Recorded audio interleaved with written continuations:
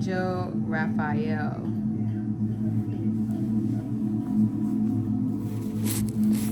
So there's an angel with me, always leaving me these feathers.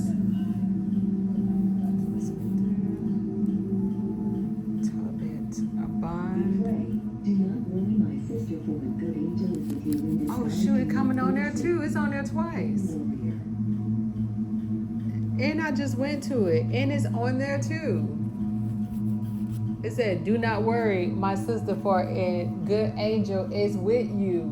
It just popped up on there twice. And right here, Angel Raphael, look. I can't make this up. I'm saying it. What it say? "Do not worry, my sister, for a good angel is with you."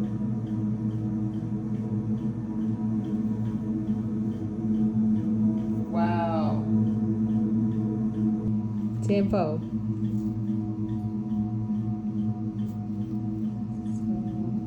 Do not heap money upon money, rather relinquish it in exchange for our child.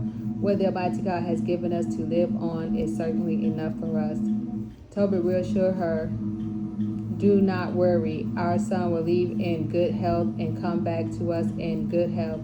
Your own eyes will see the day when he returns to you safe and sound, so do not worry. Do not fear for them, my sister, for a good angel will go with him. His journey will be successful, and he will return in good health." Then she stopped weeping. So it says, stop weeping. Don't worry about these people, because God's saying, "No weapons formed against me shall not prosper." No weapon formed against me shall prosper. 42. So, my sister was a term of endearment used in antiquity even for one's wife, similarly brothers for one's husband. A good angel, a reference to a guardian angel. Though Tobit does not know, of course, that Raphael himself, disguised as Azariah, is the good angel in this case. One that's leaving me these feathers every time I go somewhere. They're with me. So they said, "Do not worry, stop weeping."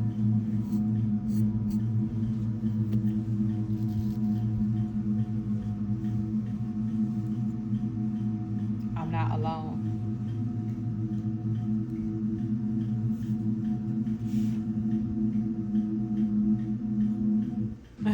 Say, and follow the script. Read the Bible. Look what another message got. I will follow the script. Don't add nor remove anything, just like Bible study. Because I be adding stuff and removing stuff, and they're like, "What are you doing? Just read the Bible the way it's supposed to be read, honey."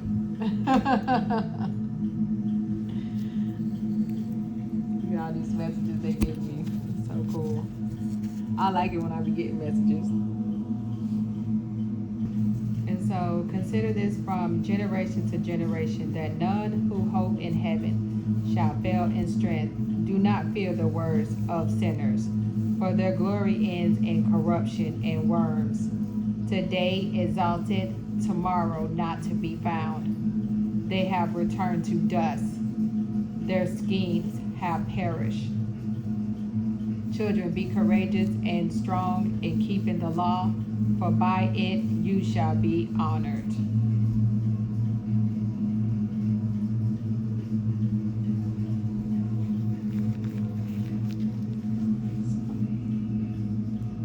Hasidians, and Hebrew Hasidim, pious ones, a militant religious group devoted to the strict observance of the law. They first supported the Maccabees movement, but subsequently opposed it, regarding it as too political.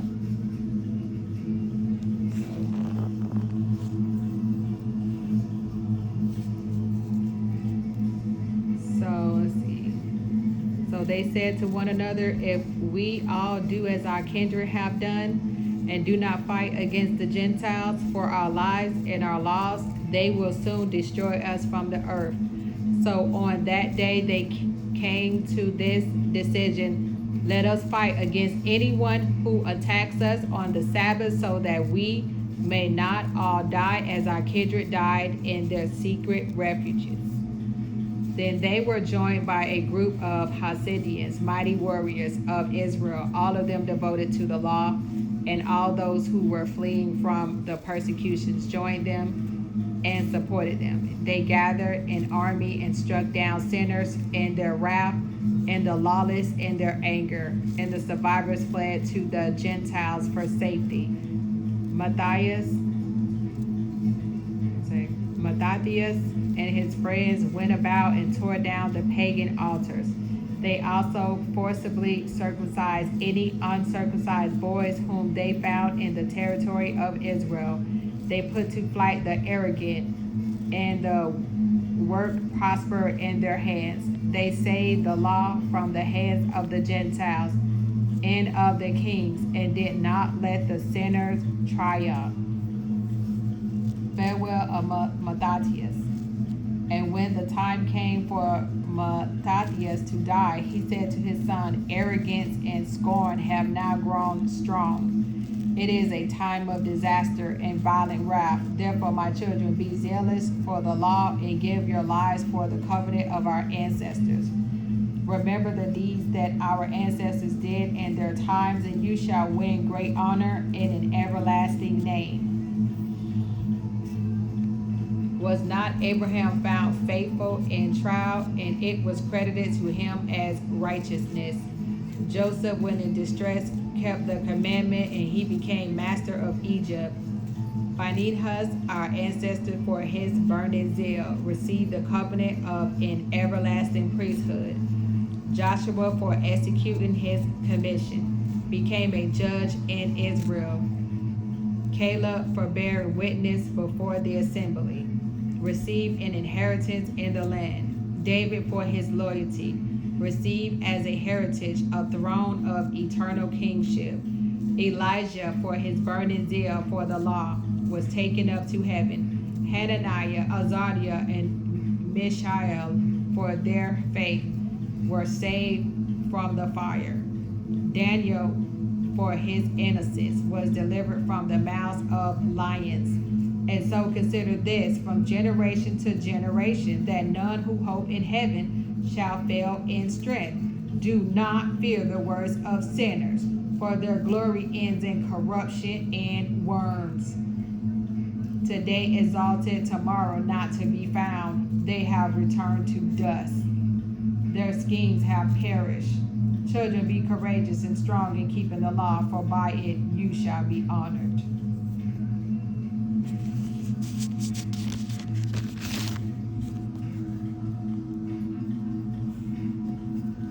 Here is your brother Simeon, who I know is a wise counselor. Listen to him always, and he will be a father to you.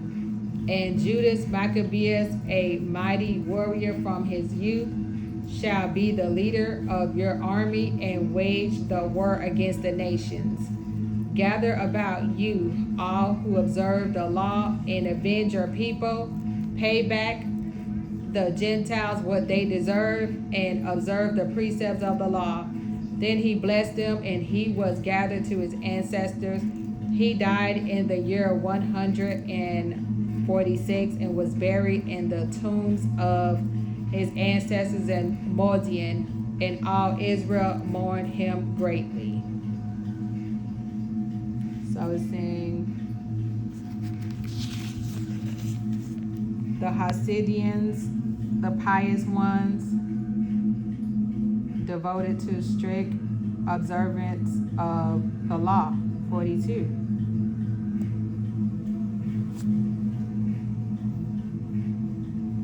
Let us fight against anyone who attacks us.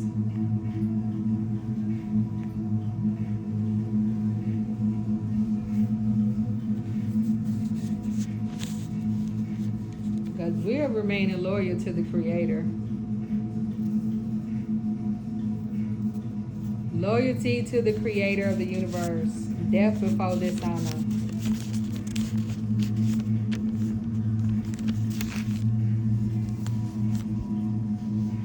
Said victory.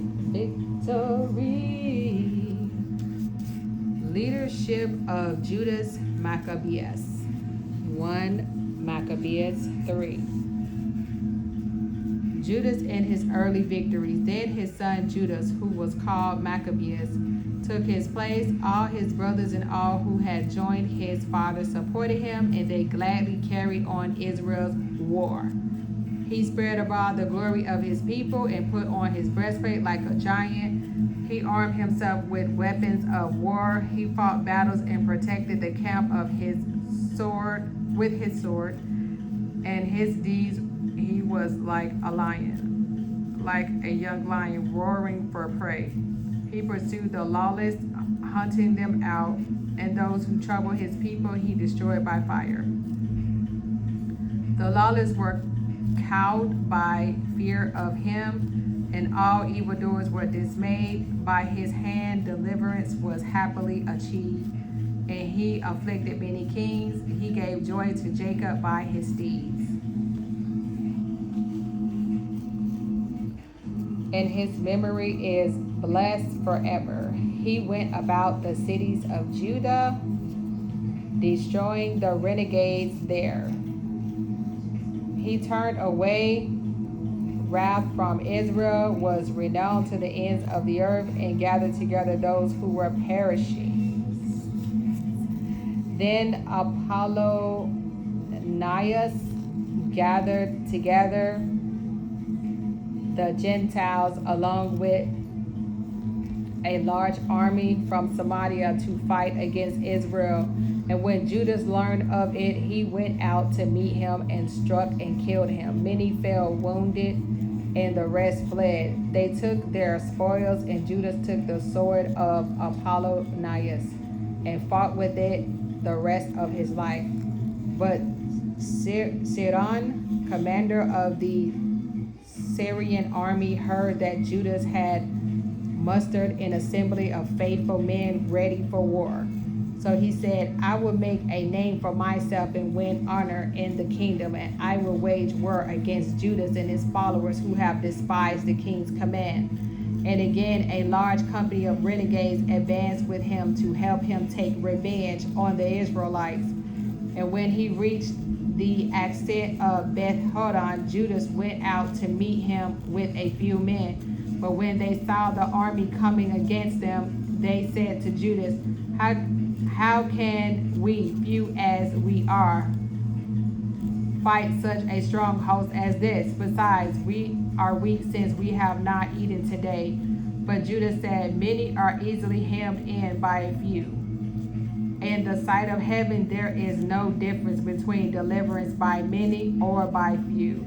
For victory in war does not depend upon the size of the army, but on strength that comes from heaven. With great presumption and lawlessness, they have come against us to destroy us and our wives and children, and to despoil us. But we are fighting for our lives and our laws, and he will crush them before us, so do not fear them. When he finished speaking, he rushed suddenly upon Sidon and his army, who were crushed before him. And he pursued Sidon down the descent of Beth Horon into the plain. About 800 of their men fell, and the rest fled to the land of the Philistines. Then Judas and his brothers began to be feared, and dread fell upon the Gentiles about them. And his fame reached the king, and the Gentiles talked about the battles of Judas, the king's strategy. And when King Antiochus heard these reports, he was filled with rage. So he ordered that all the forces of his kingdom be gathered, a very strong army. And he opened his treasury, gave his soldiers a year's pay.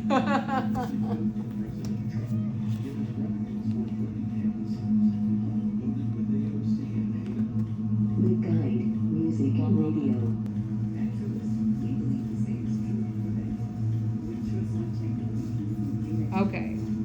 And he commanded them to be prepared for anything.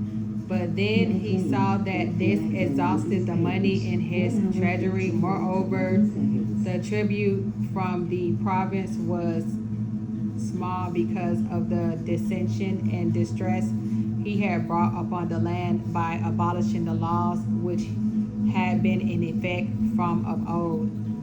He feared that, as had happened once or twice, he would not have enough for his expenses and for the gifts that he was accustomed to give with a lavish hand.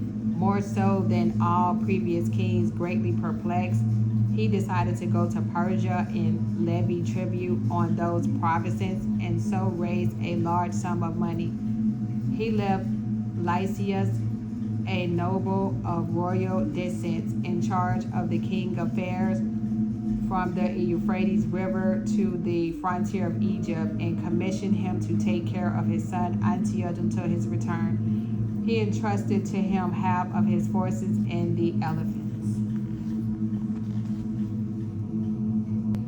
and gave him instructions concerning everything he wanted done.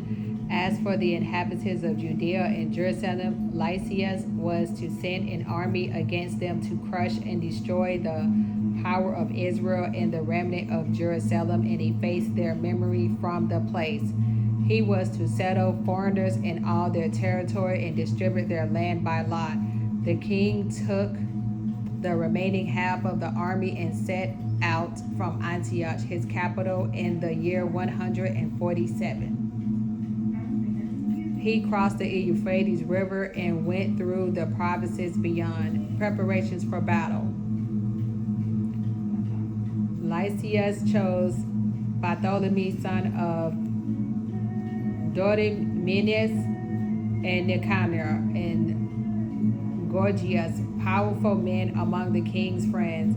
And with them he sent 40,000 foot soldiers and 7,000 cavalry to invade and ravage the land of Judea according to the king's orders. Setting out with their whole force, they came and pitched their camp near Emmaus in the plain. And when the merchants of the region heard of their prowess, they came to the camp, bringing a huge sum of silver and gold, along with fetters, to buy the Israelites as slaves. A force from Edom and from Philistia joined with them. Judas and his brothers saw that evils had multiplied and that armies were encamped within their territory. They learned of the orders which the king had given to destroy and utterly wipe out the people. So they said to one another, "Let us raise our people from their ruin and fight for them and for our sanctuary." The assembly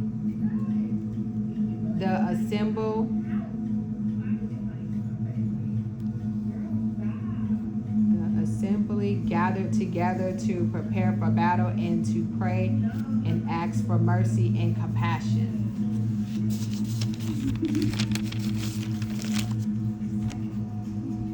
Jerusalem was uninhabited like a wilderness. Not one of her children came in or went out. The sanctuary was trampled on, and foreigners were in the citadel.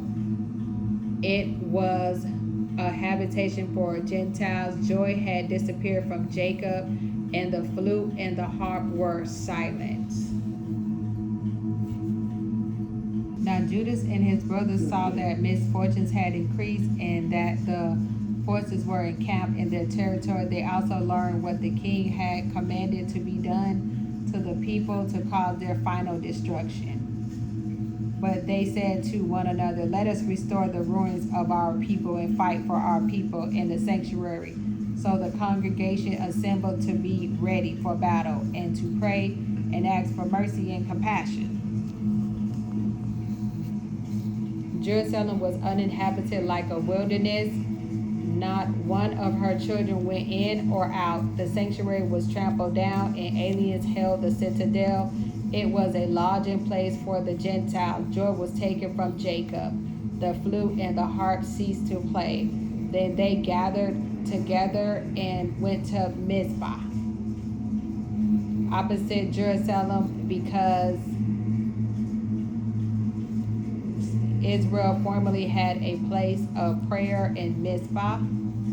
They fasted that day and put on sackcloth and sprinkled ashes on their heads and tore their clothes. And they opened the book of the law to inquire into those matters about which the Gentiles consulted the images of their gods. They also brought the vestments of the priesthood and the first fruits of the tithes, and they stirred up the Nazarites who had completed their days. And they cried aloud to heaven, saying, "What shall we do with these? Where shall we take them? Your sanctuary is trampled down and profaned, and your priests mourn in humiliation. Here the Gentiles are assembled against us to destroy us. You know what they plot against us. How will we be able to withstand them? And if you do not help us," then they sounded the trumpets and gave a loud shout.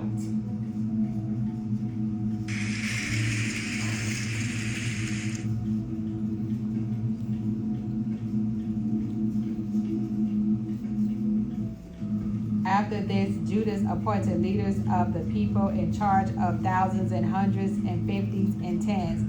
Those who were building houses or were about to be married or were planting a vineyard or were faint-hearted, he told to go home again in accordance with the law. Then the army marched out and encamped to the south of Emmaus. And Judas said, "Arm yourselves and be courageous. Be ready early in the morning to fight with these Gentiles who have assembled against us to destroy us and our sanctuary. It is better for us to die in battle than to see the misfortunes of our nation and of the sanctuary. But as his will in heaven may be, so shall he do."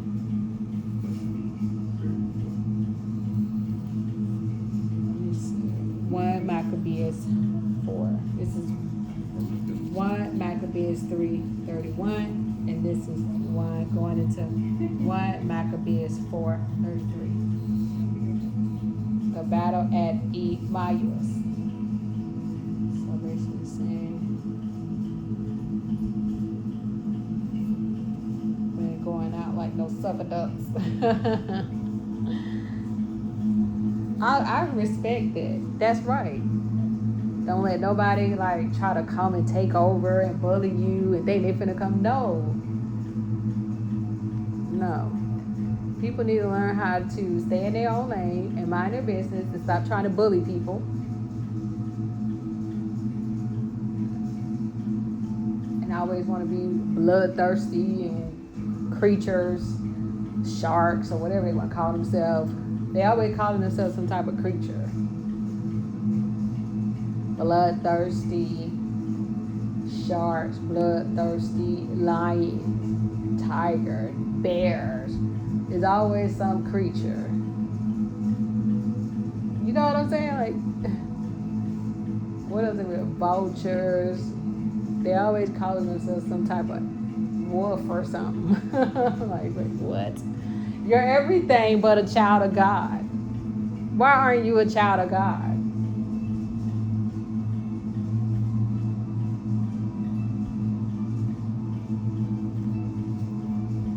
Stop the madness. Just stop it. Cease and desist.